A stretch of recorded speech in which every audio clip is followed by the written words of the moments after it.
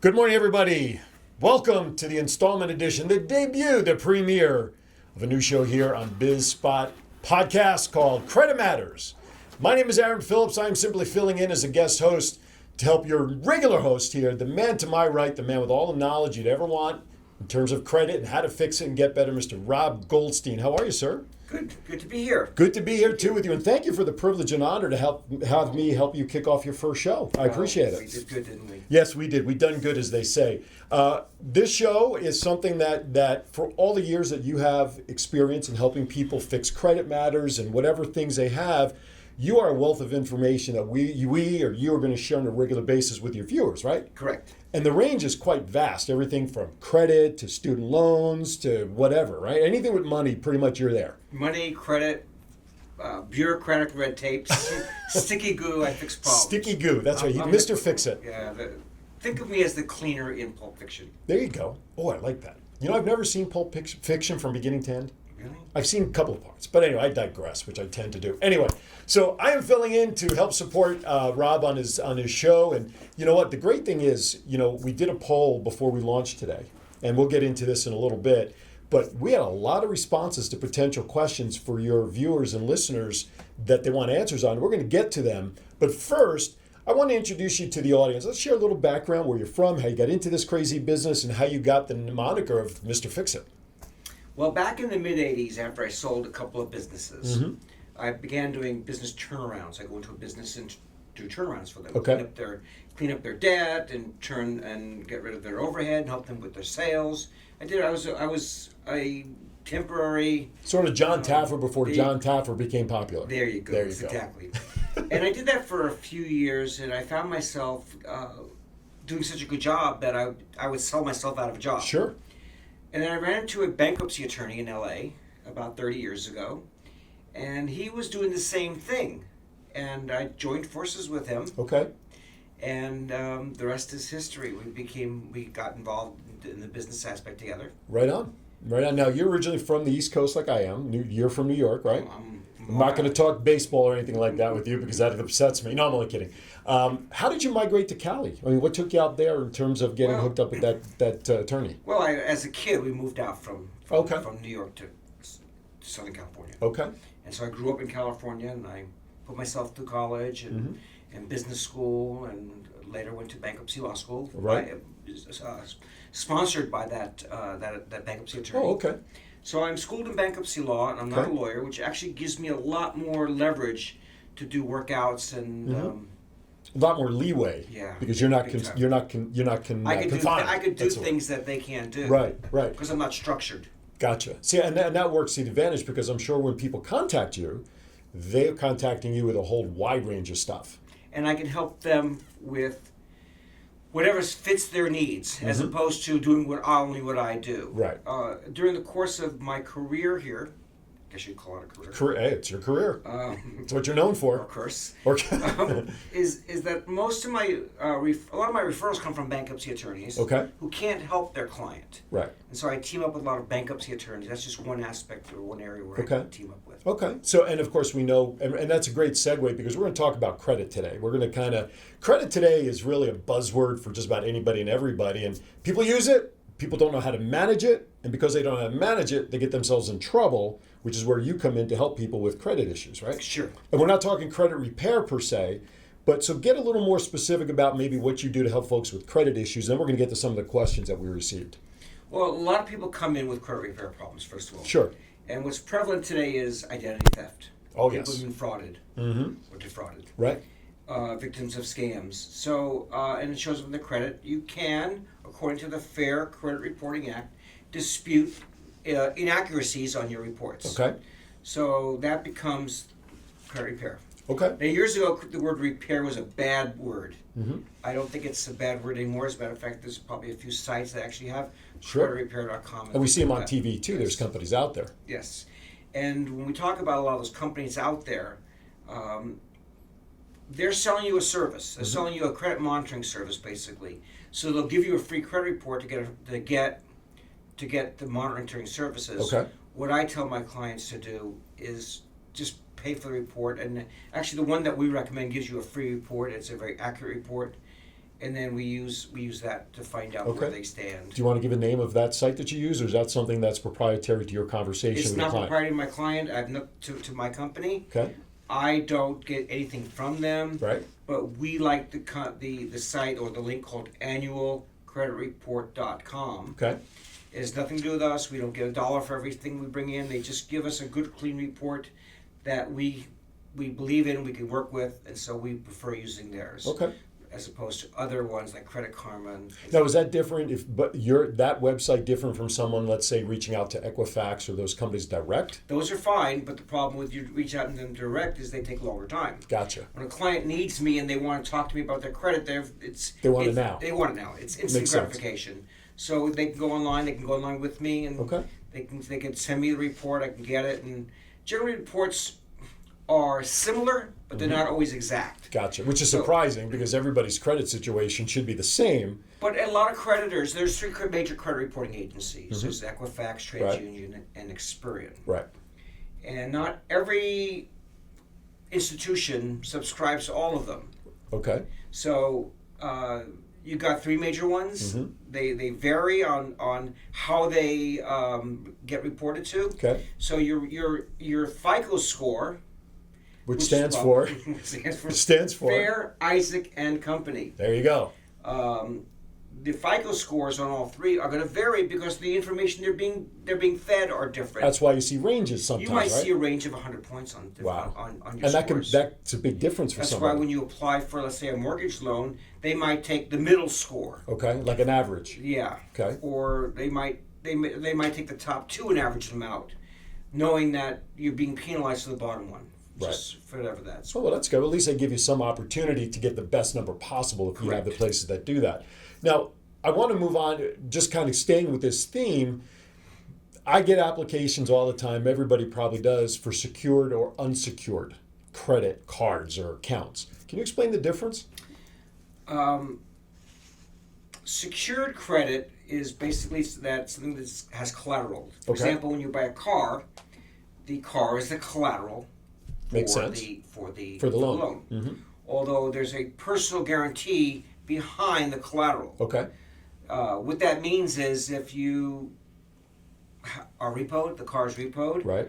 and there's a deficiency when they sell it at auction, and that's a whole process, by the way. You're still responsible for the You're still difference. responsible for the difference. Right. Okay. And I help people that are involved with, let's say, auto repos. I also help people return cars back to the banks and get released from the deficiency. Gotcha. I've been doing that for 30 years. I've like actually one time returned a 55-foot Mack truck back to the bank and got a that must have been a heck of a sight That to see was- this truck pull up in front of the That bank. was, no, actually, we hid the car. We Oh, hid the okay. truck, and they had to sign my release form Gotcha. before they get the truck back. There you go. Gotcha. But when I do that, it's the bank wants the collateral back. They're willing to waive it. Sure. It's an art Okay. of how I do that. Now, is that sort of same thing in mortgages with the deed in lieu of foreclosure issues, things like that? Exactly. Now, with mortgages, again, that's a secured loan. Mm-hmm. In different states have deficiencies. For example, in Arizona, there's deficiencies in your mortgage. So if the house gets foreclosed upon, also in New York, they have deficiencies too. Every state has their own different nuance. Okay. In Nevada here, there's no deficiency on a first mortgage, or California on a first mortgage of your residence. Mm-hmm. It's got to be declared as your residence. Gotcha. So if they foreclose, there's no you can walk away Gotcha. from the first. If there's a junior loan, a second mortgage, or a third mortgage, and they're wiped out, then those mortgage holders will come after you for the deficiency. Right on. Okay. Which is a great place to negotiate settlements with. Okay. So most of the work I do is to posture it so that you walk away as unscathed as possible. I would say almost like a mediator, but someone that's representing the plaintiff, so to speak, more so than the other side, to help your client be in a better Well, position. they're not the plaintiff; they're the debtor. The debtor. Well, I'm just The- using the general yeah. term, but I Yes, right. yes. So you're to better the situation for your client. I work for the client, and I get them out of trouble as best as possible. Okay. I want to go to one. We have a ton of questions. I Sure. want to go to one. We received one from Sandy in Florida over the week asking our questions. Now, we know when we fill out these applications, we fill out references and referrals and mothers and fathers and brothers. But the question comes from the fact that, they're calling the individual, they're calling her day and night, and then they're also calling the mother and all the family members. Is there legality to that? The first thing I'll tell you is when you're applying for credit, don't give out all your friends and families. Give out your enemies. And everybody in the world on there. They're doing that so they can chase you down. Sure, okay. sure. So when I apply for credit, I have one phone number. It's my cell phone. It's the only number I have. I only give them that number. I don't know anybody else. I'm a loner. It's just, you got to play that. You got to play that game with them. That's first of all. And according to the Fair Debt Collection Practice Act, another buzzword here, is that they can only really call you and the debtor. The debtor is the person that owes the money. Right. They can't call you at the job and harass you. Okay. And they can't call your Aunt Mary and other relatives and things like that. There is actually protection under the Fair Debt Collection Practices Act, and you can actually find that the best excerpt of that on my website, but you can also just Google the Fair Debt Collection Practices Act. That allows you the security to know that they can't harass you. They can only call you during certain hours of the day. They can't threaten you. Right. Now you got to understand the other side of the coin. The collectors are doing their job. Their job is to harass you and get money out of you. Of course. And I've seen every collector of every type, and I know how to diffuse them. Okay. But their job is to get under your skin and get you to give them money now. Okay. Right. As opposed to so that you leave them alone for 30 more days. Right. Quick, just give me your credit card, just give me your bank account number, and I'll leave you alone for 30 days. Oh, okay. Well, no. When I'm dealing with people, I'm trying to fix the problem. Right. The problem isn't paying. We don't want to pay them to get rid of them for 30 days. So if someone is being harassed by a company, is there steps that they could take to stop that? What can they do? There's several steps. First of all, you can write them a cease and desist. You can have me get in the way. Okay. Or step in the middle of it all. Okay. But you could tell them, I don't want you calling my relatives, and write them a letter, instruct them. You can actually sue collectors. Okay. Now, people come to me and say, can I sue that collection company? I go, yes, you probably could, but do you really want to? I mean, because nobody's going to take that on a contingency. Sure. Okay, it's not like getting into an accident, getting run over by a Federal Express truck. Right. Can I say Federal Express? Sure you can. We'll send them a bill for advertising. Those PI attorneys out there would love to have a case where you got run over by a FedEx truck. Right on. The answer is no. You have to have somebody sue them for you. Is it really worth it? Right. So in the years, which is over 30 years that I've been doing this, I haven't had anybody. They've all threatened or they all wanted to sue the collection companies, but nobody has stepped up to pay the money to sue them. Gotcha. Now, will companies though process a credit application if a potential like myself doesn't fill out that information for the contacts? They will. Yes, my cell phone number, the only phone number I have. I live on my cell phone. In today's world, most people just live on a cell phone anyway. Okay. Here's my cell phone number. I don't have relatives. I don't have anybody else. I'm just. Okay. And they're basically giving you credit based on your credit score. Gotcha. Back to that FICO again. Yeah, back to the FICO. FICO. So, Sandy, I hope that helps answer your question with that. I want to go to another question that we have. We're talking about credit card debt. Another person wrote in, can they consolidate their credit card debt and add it to a mortgage for one loan payment, so to speak? Is that a way to do that? That's not my style. That's not where I come from. And I'll tell you why. We talked about secured debt versus unsecured debt. Mm-hmm. Secured debt is your house and your car, etc. Unsecured debt means there's nothing attached to it. Right. Why give the banks security and collateral if you don't have to? Makes sense. First of all. Now, there are some people, if they have a lot of equity and they have a lot of assets, they're never going to default. Right. It may be circumstantial there, and I'll always put the person in the right position. Yes. Mm-hmm. Thank you. You're welcome. That's what I'm here for. But generally, when people are calling me, that's not them. Gotcha. And I don't advocate taking an unsecured debt and making it a secured debt. Mm-hmm. I have a lot better chance. You have a lot better chance of negotiating settlements with unsecured debt as secured debt, although I can negotiate secured debt very well. Sure. But you're going to get a better return on your dollar. You can do better on your shopping with unsecured debt. Okay. Okay, so that's number one. And then the second half of that question, we talked about debt consolidation. Right. What I do is not debt consolidation. basically negotiate settlements with the banks and get you to pay them a ton less. In one payment or in a new payment plan for a lesser amount? It's technically a cash settlement. Okay. However, I'm able to get people multiple payments. I've gotten people as many as 12 and 24 installments on that settlement, but I also have my client know that it's basically a cash deal. Gotcha. So if I settle a $10,000 debt down to $3,000, it's supposed to be $3,000 you pay it. Right. But I've gotten people installments, many installments. Okay. And conversely, I'll reverse that. Let's say you're chasing somebody that owes you money. Right. And you tell him that, okay, if you owe me $10,000, say, give me $3,000, we'll call it a day. What happened? How do you feel if they don't give you the $3,000 to Right. call it a day? Right. So all you've done was discount your payment plan For nothing. Right. So that makes sense. So the answer is it's generally a cash deal, but I've been highly successful in installments. Okay. Now I want to ask a question about the settlement arrangements that are paid off. How do they affect FICO scores and credit versus having a standard full balance paid off over time? Is there a difference in result? Yes, it's complicated. So first thing I'm going to tell you is, if you think that if you pay off a debt that's been in collection, if you think paying them off gets rid of the negative on your report, you're mistaken. Oh, really? Okay. Just because you pay it doesn't change how you pay them over time. Okay. So that's the first misnomer. The second misnomer is the creditors are not going to fix your credit. Okay. They're not. They will promise to fix your credit, sort of like pillow talk. Right. Okay. Can I use that Yeah, word? absolutely. So they're going to promise you the world, but basically they want the money. Sure. They're not sure. going to follow up. But then I use those settlements to do credit repair. Gotcha. So another question on that is, people pay off a credit card balance fully. It's at zero. Okay.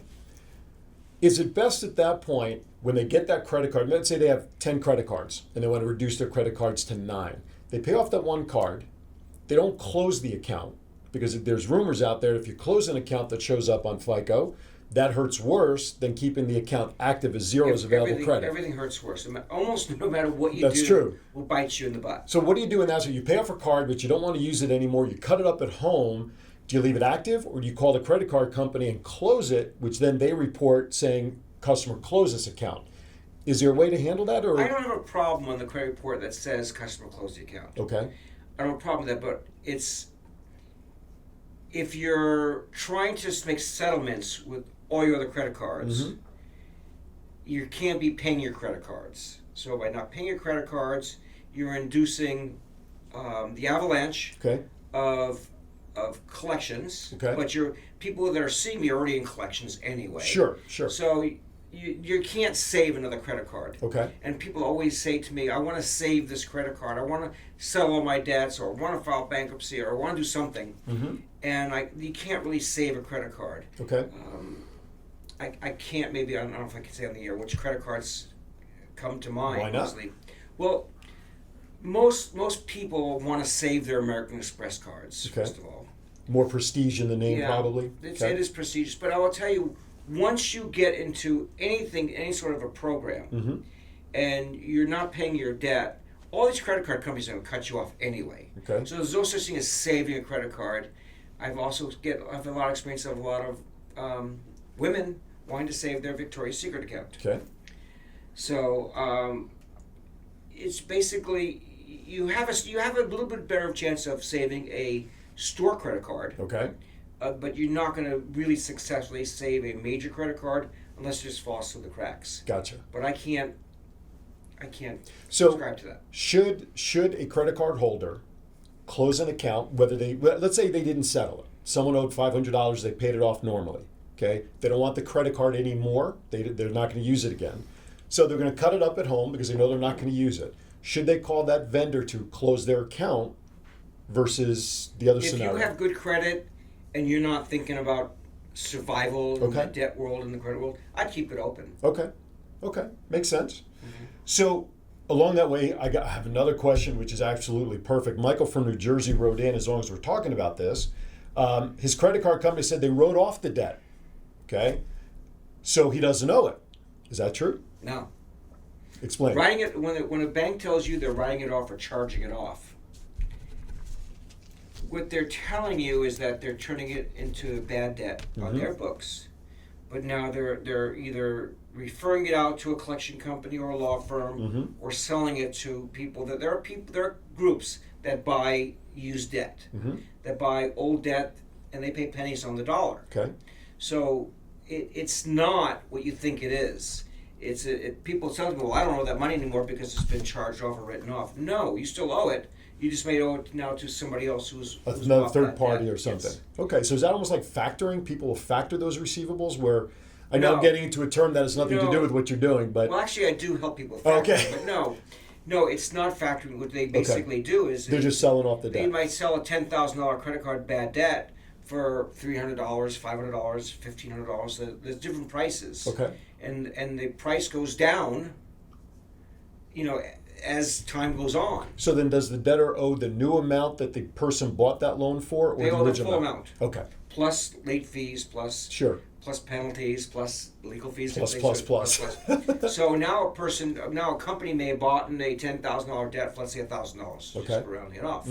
They're out there trying to collect the $10,000 plus late fees and penalties and everything else, but they have room to negotiate because that they know that creditor, or at least I know that creditor, might have paid $1,000 for that debt. So that creditor is getting a great return on their investment if they got back $3,000. Now, how about when a creditor, and this again, we hit credit as the topic to get results and responses by. Here I have Peter from Ohio sent in a message. A creditor sued him in court. Can he just show up that day in court? What's the process if a creditor does take somebody to court for a balance owed? Thank you, Peter, for sending that in. I get that question asked a lot. Thank you. If you are sued in court, there's a legal system, there's a court system, and you need to file an answer in that court. Okay. I do not advise somebody just to ignore it and then think you're going to show up that day because you will get a default judgment against you. You'll never make it to court. Gotcha. The court won't hear it. The court wants a paper trail, a document trail, and it has to be well official. In advance. Yes. I believe that the courts now, or there are companies that sell forms that you could actually do a simplified form, but you must respond that you object to that debt or you agree with that debt. I mean, you have to do something in a formality. Okay. You can't ignore it. And I'm going to tell you something that brings to mind a story. Can I share? Sure, absolutely. It's your show. Do what you want. Dear relative of mine, true story, dear relative of mine, that I actually managed her estate for her. Okay. And about 4 or 5 years ago, she told me that she got legal notice that somebody was putting a mechanics lien on a property of hers. Okay. And I told her she has to defend herself, and she said, "No, I don't owe it, therefore it doesn't exist." Gotcha. Now this mechanics lien was for about $27,000 because I know it very well. And the property was almost free and clear, and it was an apartment building. Okay. And they were actually foreclosing. Now the mechanics lien went to a foreclosure, and they had a judgment against her, and they were foreclosing on her, and she kept on saying, "I don't owe it. It doesn't exist. I don't have to do anything because I don't owe it." Right. But they filed all the right documents in court to say otherwise. Say otherwise. Right. So at the last second, I stepped in, and I undid everything they did. Okay. I did my magic. I have magic. I have special skills that I've acquired over the years. This is a know-how. A scene from Taken. Yes. I have special skills, and I stopped the foreclosure on this for this $27,000 debt, taken away $1.5 million property. True story. I stopped the foreclosure, unwound everything, and because I was managing her estate as a next of kin, because I'm a relative, and I was also a member of her trust. Gotcha. I was actually able to go into court and fight it, and I had my way with the other side and their attorneys. You were the puppet master. It was of one of my best performances, and I saved the property, and I helped her sell it for several $100,000 more than she was selling it for before she found out that there was a judgment on there, and so forth. Now we're talking about credit individually, but I want to open the scope a little bit because I want your viewers and followers to understand you just don't have John Smith or Jane Doe picking up the phone, calling you saying, "Hey, Rob, I got a problem. Can you help me?" You also rely on other professionals out there in the world who have their own clients that have issues. For instance, mortgage lenders or constructions, things like that. What are some of the best resources for people out there that you Good can receive question, referrals from? Because I don't advertise. Right. As a matter of fact, on my website, it even says I don't advertise. I take only clients from referrals only. Right. I'll tell you where I get most of my work besides clients who refer people to me that are in the same problem. Bankruptcy attorneys, divorce attorneys, CPAs, financial planners, and wealth management people. I get it from real estate lenders, from real estate brokers, and of course other clients that you've successfully helped and as well. Also I get referrals from therapists. Really? Yes. Because a lot of people seeing a therapist because they have problems, financial problems. Okay. And a lot of problems in relationships stem from money. Right. And so I wound up getting a lot of clients from a therapist. Now that's thinking outside the box, because that's not an area I would have ever thought that you would get. But it makes total sense in this day and age. I didn't think so either. But, but it happens. I'll confess it was from my own therapist. That I saw. Sure. And I was getting a lot of clients from that therapist. So the reality is professionals who are dealing with people that are having problems. Right on. I don't get referrals from, let's say, people who are manufacturers of goods, unless they're getting referred to me from their. Gotcha. Unless they're in trouble and they're getting referred to me from people. Gotcha. I just want to remind your followers that you are watching the debut episode of Credit Matters with your regular host, Rob Goldstein here. I'm just sitting in. I'm Aaron Phillips. I'm sitting in helping him get this first show launched. This show will be available every week on Saturdays, 9 a.m. right here through the BizSpot production website, which will put that information at the bottom. So as Rob prepares for future shows, please, like these folks did, please feel free to email questions and suggestions that you may have or topics that you'd like Rob to cover. And you can email those direct to him at rgoldstein, and it's Goldstein, rgoldsteinconsulting@gmail.com. Send those questions in, and I guarantee you he will answer your questions live during his show or during the show airing. And he'll touch on the topics that's most of interest to you. Now, future shows, and I'm purposely going off on a little bit of a tangent, what do you see down the line for future shows? Guests, topics, give them an idea as to what they can expect. I would like to bring on guests who are people that I work with that are, let's say, referral sources. I have a financial wealth manager that refers a lot of people to me. Okay. Because those people are trying to build up their future, but they can't because they're so busy spending the money on their credit card. Sure. I'd like to bring a person like that in, or a divorce attorney, or a bankruptcy attorney, CPA, people that are in the world that bring me clients. Gotcha. And what they're seeing and what they're facing. I also get a lot of referrals from a gentleman who's actually the finance manager of a car dealership. Oh, well, that makes sense. That's People another great source. Finance because they have a lot of credit issues. Right. That makes a lot of sense. I could just see. Take note of this, Brandy. Get his business cards out there in these places. Yeah, it's basically. And the purpose of the show is we talk about awareness. Absolutely. And wherever I go, and if I talk about my work, everybody says, "Gosh, I wish I knew you." When. And so I don't market very well, but I am starting. As of today, you don't. That'll change. That changes. That'll change. And also networking groups. Yeah. When I went to New York 12 years ago, I was there for about a year and left because of personal reasons. Right. But I'd gone to a networking group as a trial, and the lady from the networking group had 8 different branches, or 8 different groups, and they met like twice. She had 2 on Monday and 2 on Tuesday and so forth. And she recruited me to move back out to New York. To be to do workshops for her groups. They were all professional networking groups, and I made a career out there. And you still do that today, though, but you also focus a lot in the veterans area that you provide your information as well, right? Yes, I do the same work I do for veterans groups. Okay. I have a client of mine that was a victim of bureaucratic red tape. that had her husband died of issues from Agent Orange. Wow. They suffered for 40 years. And she filed claims, and she was getting denied. Mm-hmm. You know the whole story, denied. Denied.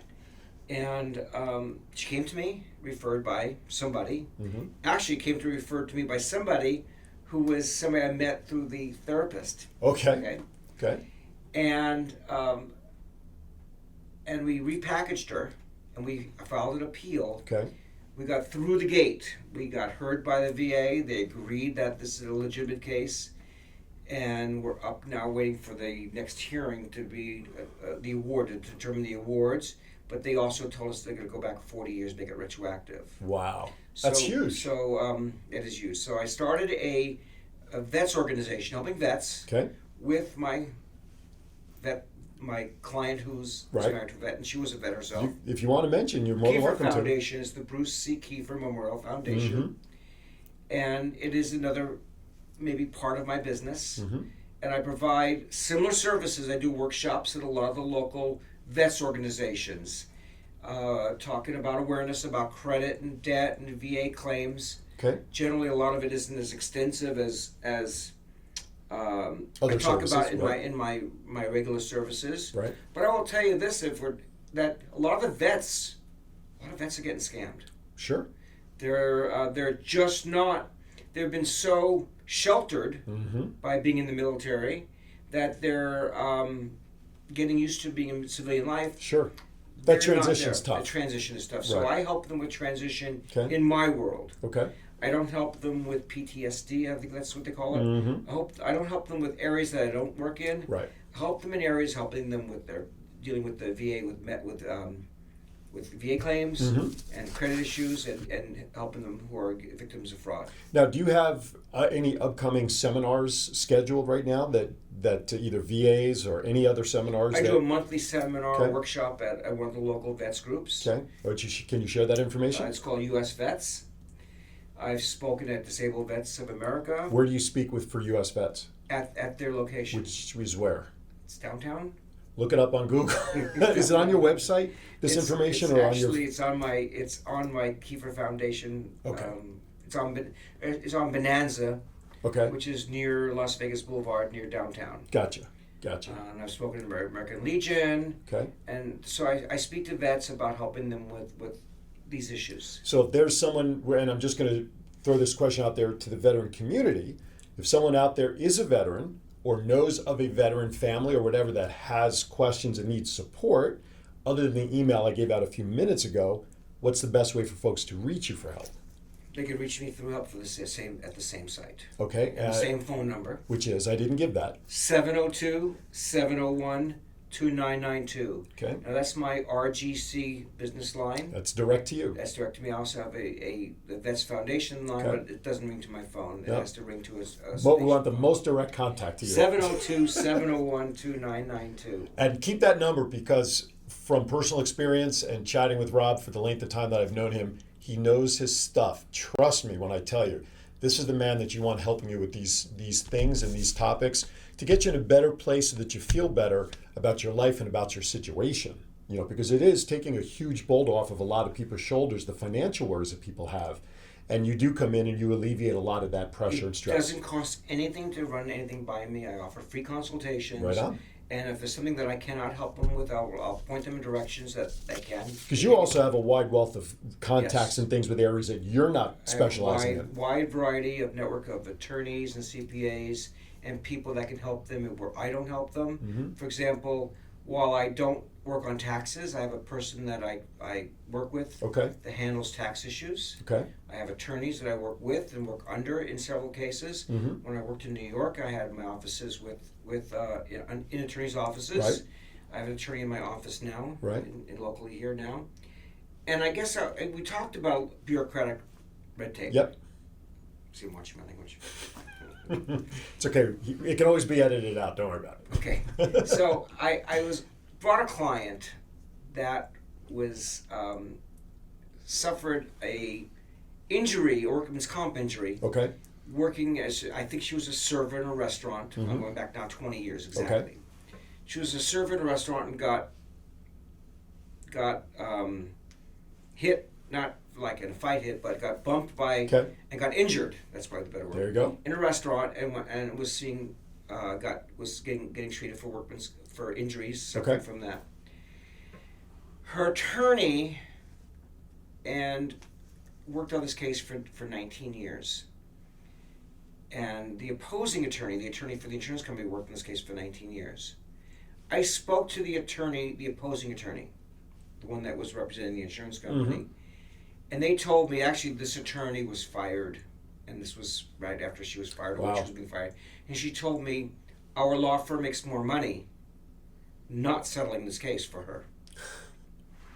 So I had this girl that was going through a treatment for 19 years. Right. And the attorneys were just making more money on both sides Okay. by not settling it. Okay. Like the farmers being paid not to grow something. So it's actually a very sad story. Okay. Because she's a nice, bright girl, and just a bad situation. Bad situation because they basically send her to clinics to get her prescriptions, Right. get her meds, and just perpetuate this. That's crazy. I stepped in and in 1 year settled that case for approximately $300,000. Oh, chump change. Not bad. So. No, listen, there's no question that the stories and your knowledge and everything, you're like the red lifesaver in the role. You're a lifesaver, but everybody loves the red, right? The cherry flavor. How about the green? The green M&M. Well, the green M&M is a good one too. So I've had people. I once had a client that made they did a loan mod with the bank themselves, and the bank screwed up and they foreclosed on her house, and she did her own loan mod. And they came to me, and I got the house back for her. Okay. And fixed the problems. I will tell you this since we're talking about loan mods, since you brought that up. See how that works? I do loan mods. I do loan workouts and loan mods, and I've been doing them for 30 years. It's not. It was a big industry for like 5 years, 10 years ago. Sure. Or 15 years ago. I've been doing them for 30 years, and I see right now more errors from banks. The loan mods and the foreclosures have more errors in them. I've made loan modifications where I got it back on track. And the banks, the one hand and the bank didn't know what the other hand was doing, and I've been able to clean up those messes, a lot. So successfully. No, absolutely. No, it's good. Again, there isn't really anything when it comes to dollars and cents, and I'll just generalize it with that, where you can't really step in and help somebody. No. So which is great because people nowadays need that. And I'll share this in my business world. I've never lost a case. I've never not been able to help somebody. Now, if they come to me and there's nothing I can do for them, and I can refer them But you know that up front. Yes. But I'm not going to give somebody a game plan that is not their best interest. Right. I'd rather not have the client than make them a client for me. For example, I've seen clients go file bankruptcy where they didn't need to file bankruptcy because it was better for the bankruptcy attorney. Sure. Or they file a lawsuit when it's not their best interest. Okay. Like this gal that had the workman's comp case going for 19 years. It wasn't her best interest. Sure. It was in the attorney's best interest, which is never good. It was both sides. They both collaborated on this, and I kind of opened that up. So I'm not afraid to be direct. No. I get the job done. I call it as I see it, and I get results. Suffice it to say, your client is what you keep their best interest in your eyesight. Yes. That's a key. Now, when we give out your phone number, for those who don't know, the 702 area code is pretty much Nevada, except for Northern Nevada, which is 775, but 702 is our area. Now, you have offices or affiliates in California, Jersey, Philadelphia, New York, etc. But the stuff we're talking about, though, is not just specific here. You can help people from anywhere. I can really help people from all over the country, but most of my clients come from those particular states. I have a client that's in Louisiana. Okay. And she's referred to me by a local friend here. Okay. And I've helped her get her house back from losing in foreclosure. Okay. As a matter of fact. Sure. And she even called me yesterday. She said that the loan mod that she did with the bank, after 2 months making payments, sold the loan to another bank. Okay. And they don't have the right information, and she can't make her next payment. Jeez. So that's very current, and that's came from somebody referred to Sure. from in Louisiana. The thing that I like about that, and I tell this to a lot of my business associates networking, you just don't know where your next lead's going to come from. So someone in another state, even another part of the world, could be seeing this, but knows somebody here in the States that has an issue and can reach out to you. Correct. And that's the beautiful thing is that you are so versed in what you do that it doesn't matter where the person needs help. You Correct. can pretty much step up. Correct. Another area, and I think this will be a good segue into this as we move off of credit, and there's so much more I know you can talk about credit and two questions. One final question on credit, then I want to switch to student loans, which I know is near and dear to a lot of people, including me. All the things that you are able to help people fix. Is there a timeline? Is there an expectation as to when people can see results on their credit reports? What do you think? The average client could be a 6 month to a year client. Okay. The average client. For work that you're doing with them? Yes. Okay. Now, if they're deep in trouble and they're heavily in collection, Okay. I could do it quicker. Okay. I have mechanisms to prolong if they need time to buy more time. Okay. I have ways to make them buy them more time. Okay. Probably one of the longer prolonged projects would be student loans. Okay. You touched upon that, and Yep. we'll just do this. I also help people with student loans. Mm-hmm. Basically, student loans to me come under two categories. You have private versus federal. Right. Federal is the loan, the Sally Mae type of loans, the Pell Okay. Grants that are funded and guaranteed by the government. Okay. Private ones are where you go to a school and they provide the financing. And I've had people, I've settled student loan debt under both categories. Okay. A lot easier to do it on the private because they're not as No red tape. no red tape. That bureaucratic red tape again. But I just settled a student loan debt for a client. He has 2 student loans. Okay. And we settled the smaller one from him last week. Okay. It was over $60,000. We settled it for $30,000. Okay. Now, before you move on to that point, I want to go back to the question I asked earlier. Now you settled it for $30,000. They're not expecting him to write a check for $30,000. Yes, they are. Actually, that one is. He's getting a Never gift. mind. He's getting a gift from his employer. Oh, okay. Gotcha. He's getting it funded by somebody else. Gotcha. But it goes back to settlements can be spread over a little bit of time. Okay. I just want to clarify that. Yes, but this one happened to have been a cash deal. Gotcha. But Okay. I've done them over time as well too. Okay. I've had people come to me with student loans. Said I owe the student loan. I never took the class because they never held the class. So I get charged, and they're taking the money out of my account for a student loan. It was generally a private student loan Right. from a private college. Right. And they never took the class. Okay. Well, hello. That's easy to deal with. Okay. I'm glad you brought that up. You hear in the news recently, there was one that happened here within the last 6 to 8 months where these trade schools are open and then all of a sudden they close. Correct. And people have loans. Correct. Is that a scenario that you can help those students with? Yes. Okay. Now, if they got their education, What if those loans may have been sold off. I mean, Okay. we don't know what happened there, but they completed their education? but they're still negotiable. Gotcha. But I got to tell you, if you're paying for a student loan that you never went to that class, Sure. the class closed, the school closed in the middle of it all, that's a huge wake-up call. Gotcha. So everybody out there that's been affected by that, and I know some of you, give Rob a call or email him so that he can get on your side to help you get rid of those situations and make your life easier. Listen, we know student loan debt is huge in this country. I mean, I know for my own sake, my wife is still paying off her student loan for getting her master's, which she's had now for almost 10 years. And of course, one of my daughters is still in college. How much debt do people have today, would you say, on average, is student loan related versus... Unbelievable. Right, that's what I would I figure. have people that come to me and they owe $500,000 in student loan debt, and they go on their debt. Right.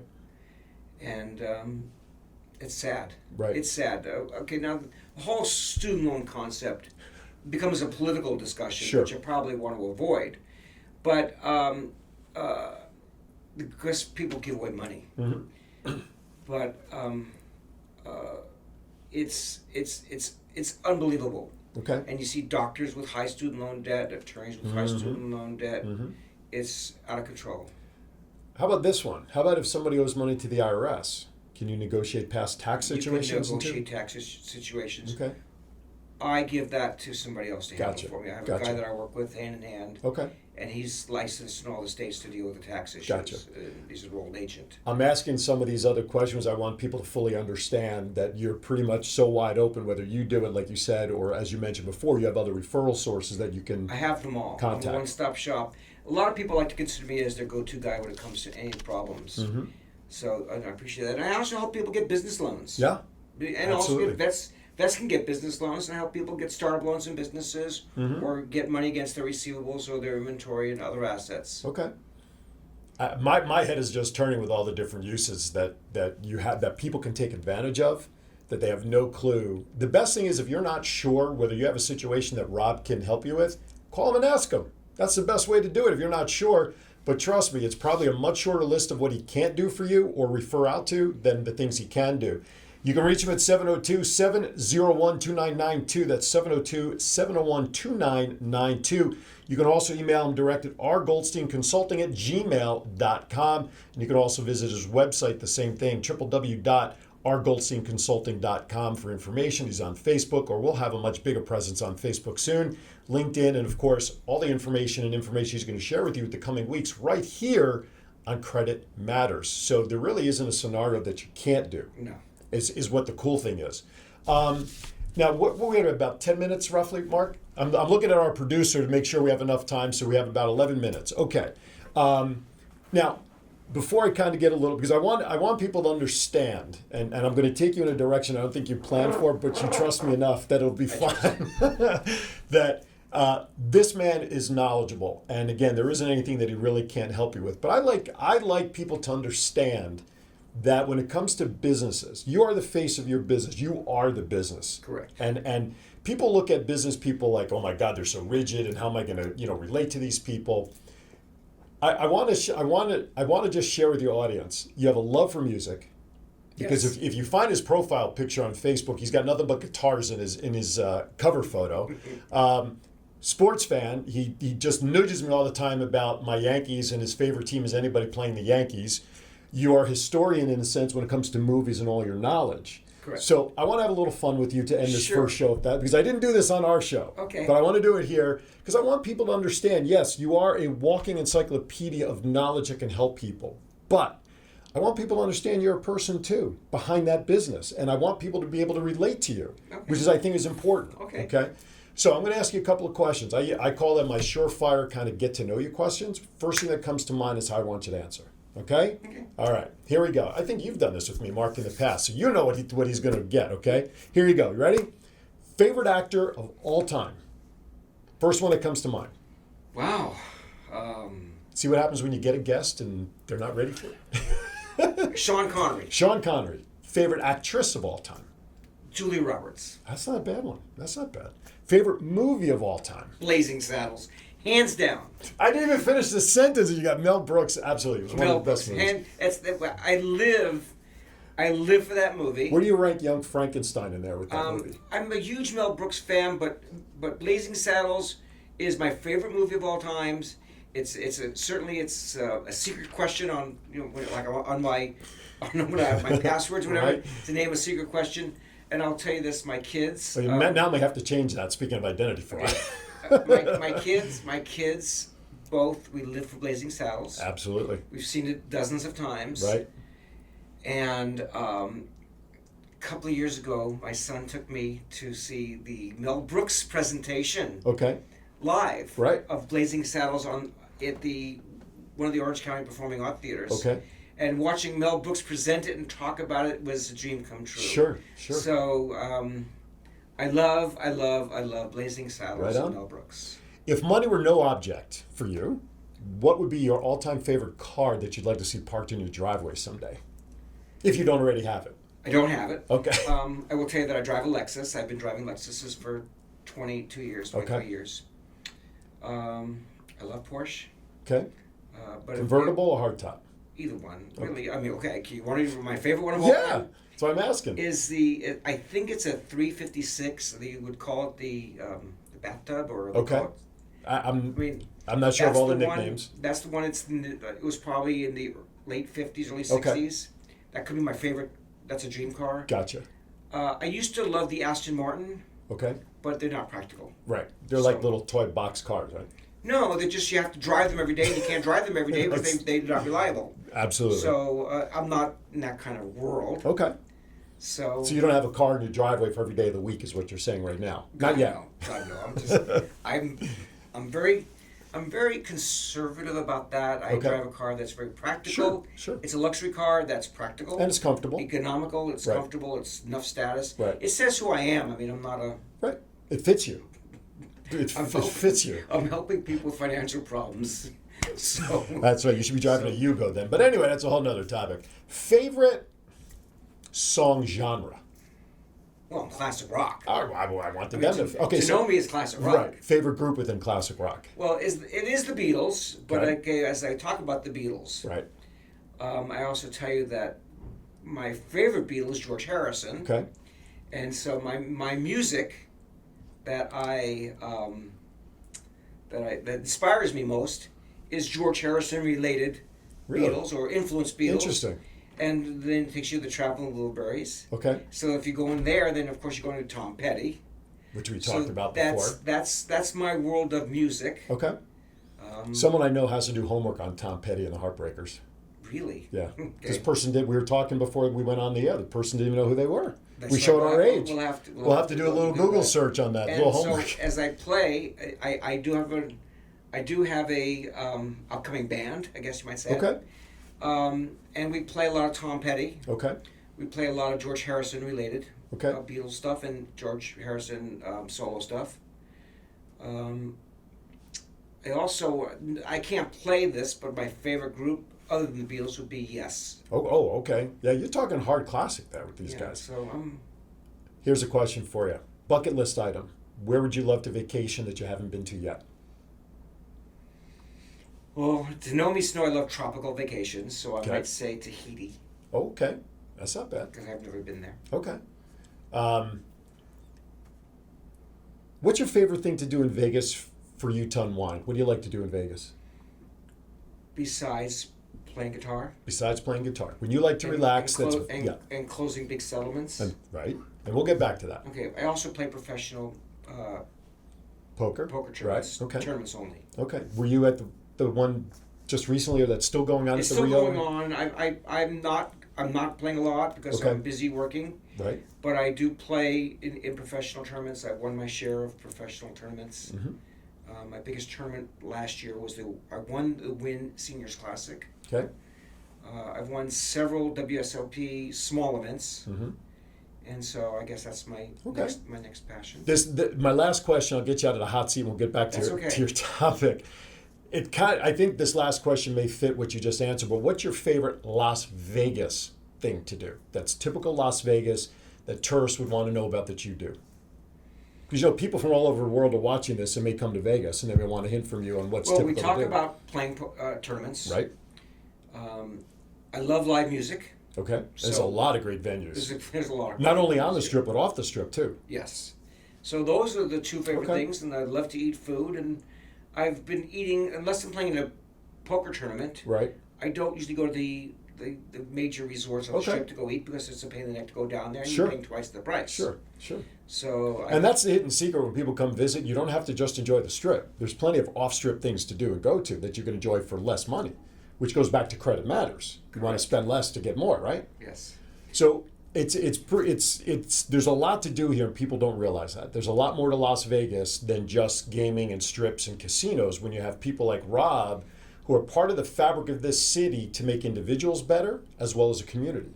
And we only have a couple of minutes left. So just provide some closing thoughts for this week's show. Well, I want to get out there and start networking more. And basically, I'm providing awareness. Everything can be solved. There's a lot of people out there who may think they could file bankruptcy, but they can't. Because bankruptcy, the Chapter 7 bankruptcy, whether you get rid of your debt, there's provisions in there. There's criteria in there. You can't make too much money. You have to watch your expenses versus income ratio, and you can't just get rid of your debt and keep all your assets. Right. So a lot of people file what I call bankruptcy suicide. So it's good to get a knowledge. When I take on a client, I teach them the system. I teach them what we're doing. They just don't come to me and say and like take a pill. Mm-hmm. So I have to teach them what they're going to be going through and where they fit in all these matters. I also have a great video, by the way. Give it out. It's called The Secrets of 13, and they can get that from me by emailing me or texting me.